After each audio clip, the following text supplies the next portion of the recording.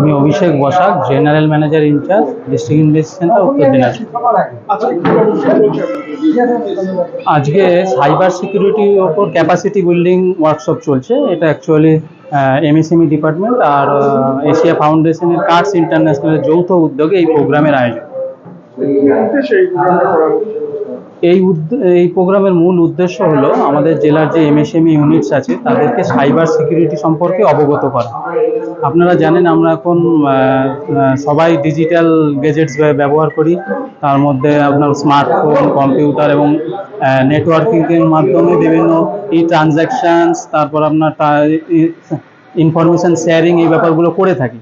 তো এতে আপনার বিভিন্ন সাইবার ক্রাইম হতে পারে। তো সেই সম্পর্কে ইউনিটগুলো যদি অবগত থাকে এবং এর জন্য এই সাইবার সিকিউরিটি মানে সাইবার ক্রাইম থেকে রক্ষা পেতে কী পন্থা অবলম্বন করতে হবে সেই ব্যাপার সম্পর্কে এই ওয়ার্কশপে অবগত করা হচ্ছে, যারা সেই প্র্যাকটিসটা করে এবং এই সাইবার ক্রাইম থেকে রক্ষা পায়।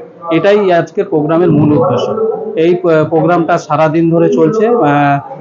এখনো পর্যন্ত 100 জন পার্টিসিপেন্টস এই প্রোগ্রামে অংশগ্রহণ করেছে।